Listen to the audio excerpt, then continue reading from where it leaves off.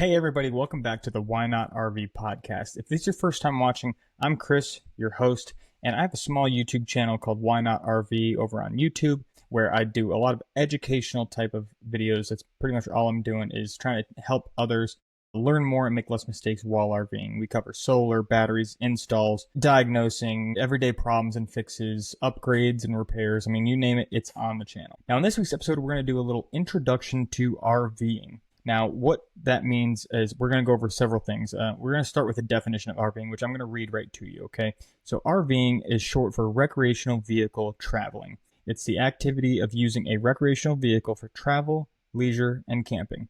It involves driving or towing a vehicle equipped with living and sleeping accommodations to various destinations, allowing for a blend of travel and temporary living. Now, that sounds pretty good to me. I love RVing. I've been doing it now for 6 years. And let's talk a little bit about the brief history of RVing it as a whole. Okay, so all the way back in the early 1900s was the birth of RVing. The idea of traveling with a mobile living space started in the early 20th century as automobiles started to become more common. The first motorhomes were homemade, usually built on a car or a truck chassis, and typically wealthy families often used them for long road trips. Now in 1910, the Pierce Arrow Touring Landau was introduced, often considered the first production RV featuring a sink and a folding bed. Now in the 1920s through the 1930s, growth and customization began. So RVs really gained popularity during the Roaring 20s, with more commercial models and camping clubs emerging. Covered wagons and trailers became very common. In 1936, Airstream introduced the iconic aluminum trailer that I own today. I love Airstream, but let's get back to it. RVing appealed to both adventure seekers and those needing affordable travel during the Great Depression. Now, post-World War II boom, the 1940s and 1950s, there was a huge boom after World War II. RVing exploded in popularity thanks to improved highways, more disposable income, and an increased interest in leisure. Companies like Winnebago and Shasta began mass-producing trailers and motorhomes. Now, through the 1960s and 1980s, we called that the Golden Age. RV culture flourished, with campgrounds, RV parks, and long road trips becoming a hallmark of American life. Technological improvements brought better plumbing, heating, and kitchen appliances. Now, the idea of full-time RVing took hold with retirees and adventurers. Now, in the 1990s and 2000s, modernization has begun, right? So RVs have started to become more luxurious with slide outs, satellite TVs, onboard generators. Of course, the rise of the internet made trip planning and remote work more accessible, boosting the lifestyle's appeal. Now, from the 2010s to today, essentially, digital nomads, and we call this the new boom because there's just been a massive boom in RVing community in the past 5 years, basically since COVID. So younger generations have embraced van life. That's the main thing that you see out there a lot now, and RVing as a minimalist and mobile living.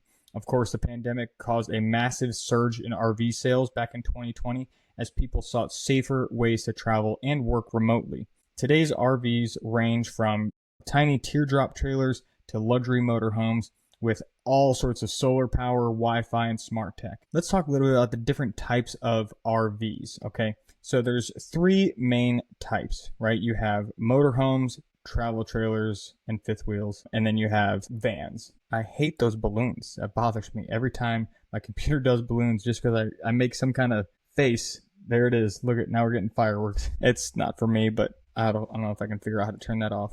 Now, again, let's get back to the 3 types of RVs, right? We have motorhomes, travel trailers, motorhomes, travel trailers, and fifth wheels, and of course the vans, which are Class B vans. Each one of them gives you a different option, right? So the flexibility and freedom to travel that the RV gives to you, it's unmatched by anything else. There's nothing else that can match what an RV is capable of giving you when it comes to that freedom to be able to do whatever you want and the flexibility to be wherever you need to be. It's outstanding.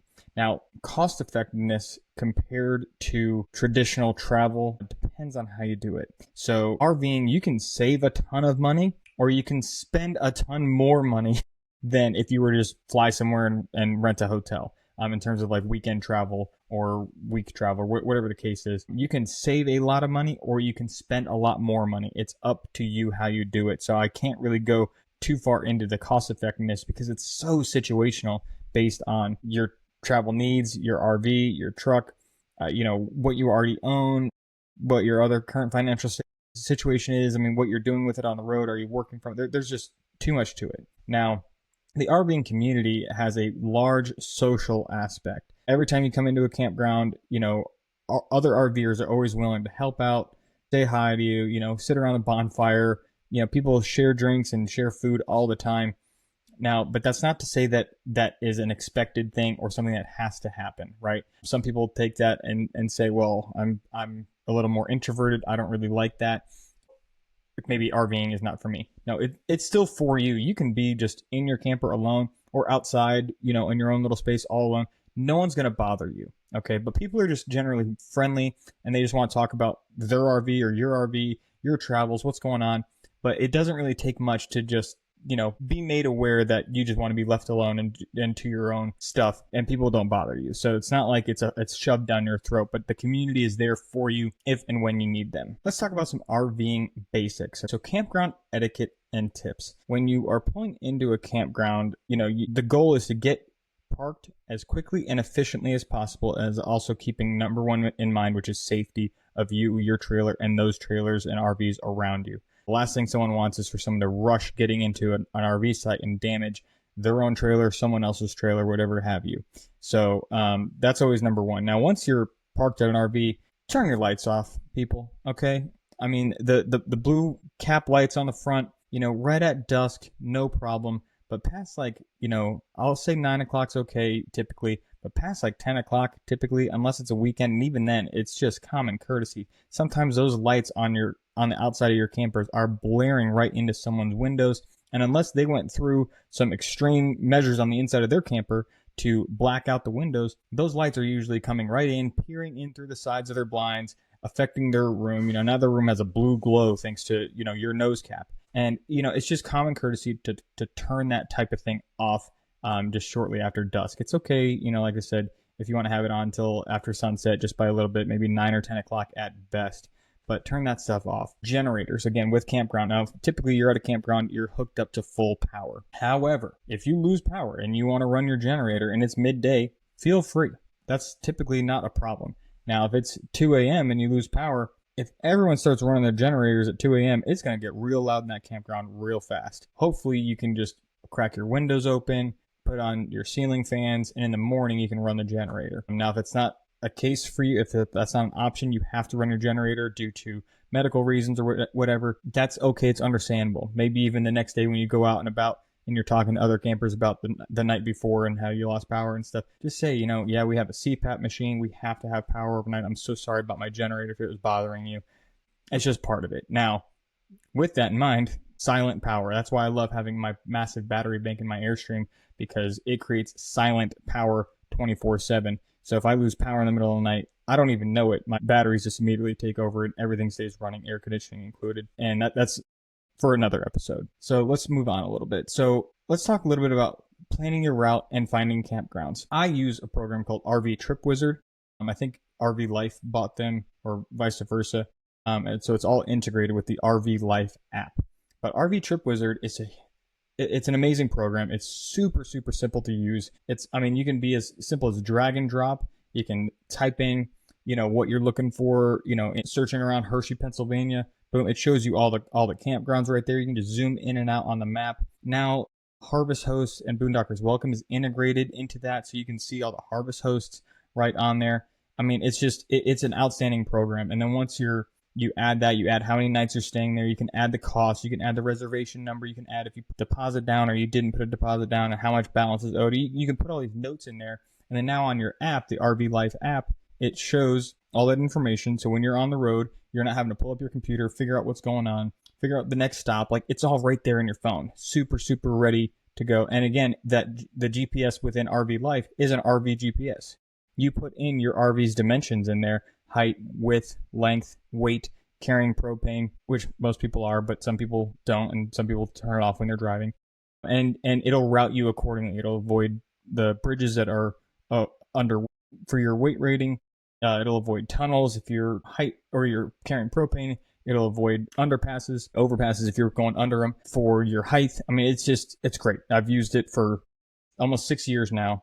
and I've never had a problem with it. It's outstanding. Let's talk about a few safety tips for RV travel. Number one to me is tires. Tire safety is the number one thing when it comes to driving your RV, towing your RV, pulling your RV, whatever the case is. If your tires aren't good to go, if there's rot exposed, if they're over pressurized, under pressurized, if the lug nuts aren't properly torqued, you can easily create a very serious problem, not only for you, but for those around you. I had a situation a couple years ago where I had done a modification on my RV and I put my wheels back on and I torqued my lug nuts down properly. However, I went on a trip for like maybe 400 or 500 miles and I came back and I did not re-torque my lug nuts. And I learned that lesson. All it took me was at one time was I did not re-torque my lug nuts. And apparently a few of them had come loose somehow while I was driving, and probably because they were starting to wobble out anyways, just because of age. And while I was towing my RV, my entire wheel bounced out of the trailer, dented a little bit of my trailer, no big deal. Fortunately, didn't damage anyone or hurt anyone. But that wheel was going, 60 miles an hour and could have easily gone into oncoming traffic and smashed into another car and potentially killed somebody. I mean, it's insane, the liability when it comes to your tires. You have to be on your game. Tire pressure monitoring system is number one. You have to get a tire pressure monitoring system. Monitor the temperatures and air pressures of your tires. And you're just looking for anomalies, right? It's not like just because you have a TPMS system and you're like, oh no, my tires say they're supposed to be at 65 psi, but now I'm driving at 72 psi. I better pull over until they cool down. No, that's not the case. Tires heat up normally. If all four tires have heated up to 70 to 72, that's normal. Now, if one tire is at 90 psi and the other ones are at 70 psi, that's an issue, right? Why is that one tire going off the rails? It might need to be replaced. There could be a couple underlying issues. Not going to get into that, but tire safety is number one when it comes to RV travel. Let's talk about a few different resources that are out there and available for RVers.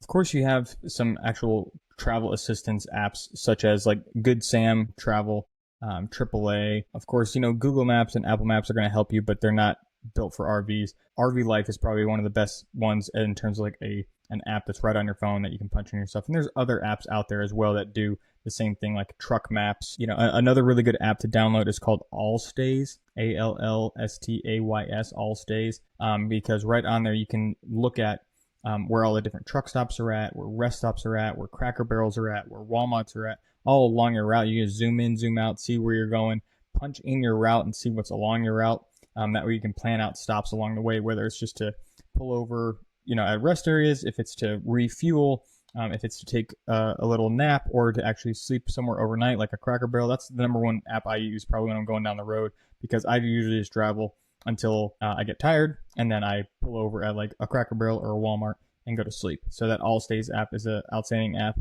Of course, Harvest Host is a great app for those that want a more unique overnight camping experience. You get farms, breweries, wineries, distilleries, museums, all these little local small businesses typically owned by, like a family, someone that might even be into RVing, maybe not. That's not always the case. And to stay there overnight is free as part of your membership. However, you are expected to patronize that business. So if you're staying at a brewery, you go inside and drink a beer or grab, a couple souvenirs, a t-shirt or something like that.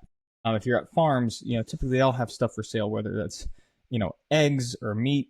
Wineries, of course, have wine and stuff like that for sale. I've stayed at a loofah farm before, so we bought loofahs. I mean, it's just, you get a really unique experience through Harvest Host, and it's outstanding. I absolutely love it. I will drop a link in the description below to where you can join Harvest Host. Now, if you have a very specific type of trailer, there's all sorts of RV Facebook groups out there, probably for your exact specific trailer. I mean, of course, the Airstream community has a ton of different Airstream Facebook groups. And then from there, they even have specific groups for specific models.